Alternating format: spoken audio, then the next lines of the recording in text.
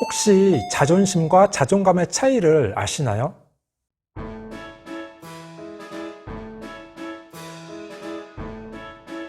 안녕하세요. 반갑습니다. 초등교사 해피 이선생입니다. 오늘은 우리 일상생활에서 많이 사용하고 있지만 그 정확한 차이를 잘 모르고 있는 자존심과 자존감의 차이에 대해서 이야기를 해보도록 하겠습니다. 그럼 지금 바로 시작하겠습니다. 출발! 먼저 자존심을 국어사전에서 찾아보면 남에게 굽히지 않고 스스로의 가치나 품위를 지키려는 마음이라고 나옵니다. 자존감은 자신을 존중하고 사랑하는 마음입니다. 즉 자존심은 굽히지 않으려는 의지, 다른 사람과 자신을 비교했을 때 존중받고 싶어하는 마음을 전제로 합니다. 결국 자존심은 항상 비교 대상이 있는 것입니다. 더 많이 가진 사람, 더 많이 성취한 사람, 더 예쁜 사람, 더 똑똑한 사람 등 비교의 의미가 있기 때문에 자존심이 너무 강하다 보면 열등감이라는 부작용을 가져오기도 합니다. 이에 비해 자존감은 자기 자신의 고유한 가치에 관심을 둡니다. 자기 존중, 자기 존경, 자기 사랑을 의미하기 때문에 남들과 비교하여 우월감을 느낀다거나 열등감을 느끼지 않습니다. 자신을 있는 그대로 인정할 줄 알고 있는 그대로의 자기 모습을 사랑할 줄 아는 정서입니다.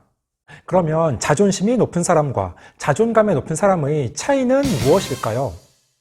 자존심이 높은 사람은 실패하면 좌절하고 그 실패의 원인을 자기 자신이 아니라 다른 사람 탓으로 돌리고 싶어 합니다. 반면 자존감이 높은 사람은 실패를 경험했더라도 그것을 겸허하게 받아들이고 인정합니다. 이게 커다란 차이입니다. 다시 사전적 의미에서는 자존심과 자존감에 커다란 차이는 없습니다. 하지만 자존심의 주체는 타인, 즉 남입니다. 남이 나를 어떻게 생각하느냐, 남에게 존중받고 싶은 마음, 남을 의식하고 생각하는 마음이 담겨 있습니다. 이에 비해 자존감의 주체는 나 자신입니다. 그래서 자기 자신을 소중하게 생각하고 자신에게 존중받고 싶은 마음입니다. 요즘의 시대에 필요한 것은 자존심이 아니라 자존감입니다. 다른 사람을 의식하지 말고 타인과 비교하지 말아야 합니다. 하지만 많은 사람들이 다른 사람을 의식하고 상대적으로 자신은 무능력하다고 생각하며 쉽게 포기하는 경우가 있습니다. 이건 성인들뿐 아니라 아이들도 마찬가지입니다. 미술 시간 어떤 주제에 대해서 그림을 그려보라고 하면 어떤 아이들은 금방 그리다 말고 쉽게 포기합니다. 그리고 본인이 짝보다 못 그린다고 생각하면서 스스로 화를 내고 짜증을 냅니다. 사실 초등학교 3학년 아이들이 그림을 잘 그리면 얼마나 잘 그리고 또 못 그리면 얼마나 못 그리겠습니까? 대부분 사람은 졸라맨 형태로 그리고 단순하게 표현합니다. 그러니까 계속 연습하고 그려봐야 하는데 스스로 다른 아이들과 비교해서 본인이 못 그린다고 생각하니까 자존심이 상해서 아예 그림 그리는 것을 포기합니다. 이렇게 자존심을 강조하게 되면 화를 자주 내고 싸움도 빈번하게 일어납니다. 타인의 영향을 많이 받으며 의존적인 성향도 보이게 됩니다.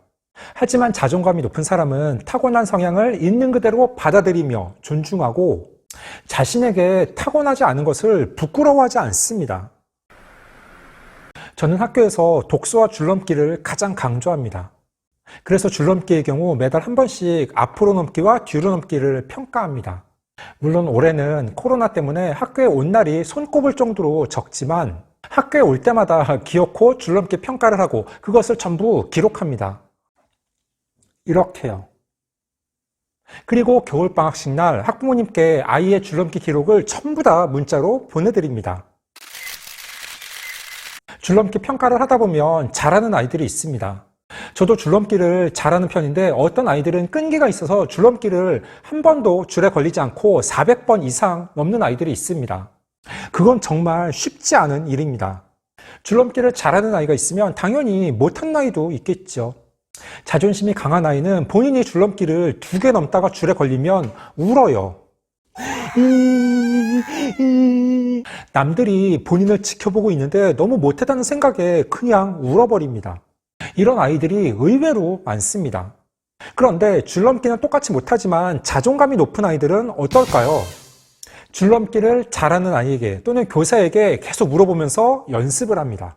사실 줄넘기도 잘하는 방법이 있습니다. 줄넘기를 못하는 아이들은 그 방법을 모르는 경우가 대부분입니다. 방법을 알면 누구나 50개 정도는 할 수 있습니다. 자존심이 강한 아이는 남들이 나를 어떻게 볼지 창피하고 부끄러운 마음에 울어버립니다. 그런데 연습은 또 안 해요. 그러면 다음 달에도 또 마찬가지입니다. 하지만 자존감이 높은 아이는 똑같이 지난달에 줄넘기를 2번만 했어도 울거나 좌절하지 않고 교사나 줄넘기를 잘하는 아이에게 가서 물어봅니다. 그러면 당연히 줄넘기를 잘하는 아이는 으스대면서 가르쳐 줍니다. 자존감이 높은 아이는 계속 혼자서 연습을 합니다. 다음 달 줄넘기 평가에서는 어떻게 될까요? 자존감이 강한 아이는 조금씩 실력이 향상됩니다. 이처럼 본인이 부족한 점을 개선하려고 스스로 끊임없이 노력합니다. 그러면 자존감이 높은 사람은 어떤 특징을 가지고 있을까요? 크게 7가지입니다. 첫째, 숙련되고 열린 의사소통을 합니다. 다른 사람과의 소통에 거부감이 없고 타인의 의견을 경청합니다.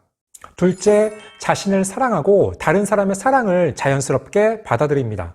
본인 자신을 소중하게 생각하며 사랑하는 마음이 필요합니다. 자기애라고도 하는데 자신을 사랑할 줄 아는 사람이 다른 사람도 사랑할 줄 압니다. 셋째, 타인과 자신의 차이점을 존중합니다. 사람은 누구나 다 다릅니다. 그 차이를 틀렸다고 비난하는 것이 아니라 다름을 인정하고 존중해줘야 합니다. 넷째, 자신의 현재 상황을 있는 그대로 받아들입니다. 지금 본인이 줄넘기를 5개 넘을 수 있는데 다른 줄넘기 잘하는 아이가 200개를 넘는다고 해서 갑자기 본인도 200개를 넘을 수 있겠습니까? 본인에게 주어진 상황과 여건을 받아들이고 차근차근 노력해야 합니다. 다섯째, 열린 마음으로 융통성 있는 사고를 합니다. 경직되고 자기 생각만 옳다고 주장하면 안 됩니다. 항상 오픈 마인드로 개방적인 자세를 견지해야 합니다. 여섯째, 타인에게 정직과 신뢰로 성실하게 대합니다.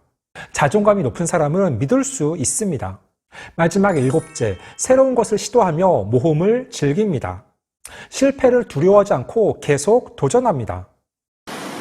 이렇게 중요한 우리 아이 자존감을 높이는 방법에는 어떤 것이 있을까요? 또다시 7가지를 이야기해 보겠습니다.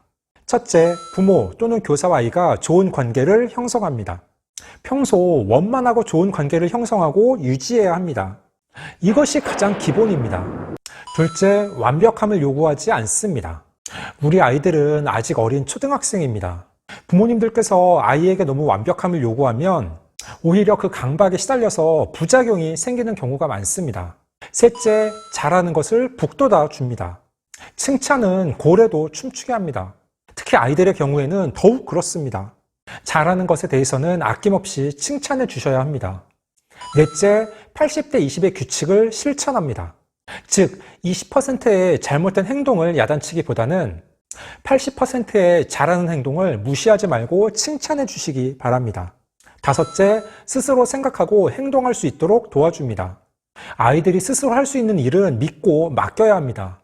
부모님들께서 너무 아이를 과보호하며 사소한 의사결정까지 대신하니까 아이가 스스로 어떤 옷을 입을지, 무엇을 먹을지도 선택하지 못합니다. 여섯째, 아이의 실수를 비난하지 않습니다. 누구나 실수를 할 수도 있습니다. 그리고 경험이 부족한 아이의 경우에는 더욱 그렇습니다. 실수를 했을 때 비난하지 않고 오히려 다시 도전할 수 있도록 격려해 줍니다. 괜찮아 민정아, 다시 해보자. 넌 할 수 있어. 7째, 다양하게 생각하고 미리 결과를 예측하게 해봅니다. 어떤 행동의 결과가 딱 한 가지인 것은 아닙니다. 다양한 결과가 도출될 수도 있습니다. 그래서 아이에게 폭넓게 브레인스토밍해서 생각해보며 그 결과가 어떻게 될지 스스로 예상해보게 합니다. 15초 요약! 오늘은 자존심과 자존감의 차이에 대해서 이야기해봤습니다. 자존심의 주체는 타인, 남입니다. 이에 비해 자존감의 주체는 나 자신입니다. 앞으로 우리 아이들이 살아갈 시대에는 자존심보다는 자존감이 필수입니다. 우리 아이가 자존감이 높은 아이로 성장할 수 있도록 제가 앞서 이야기한 자존감을 높이는 방법 7가지를 잘 알고 실천해 보시기 바랍니다. 오늘 준비한 내용은 여기까지입니다. 앞으로도 보다 더 유익하고 재미있는 영상을 가지고 꾸준하게 계속 찾아뵙도록 하겠습니다. 이상 초등교사 해피 이선생이었습니다. 안녕.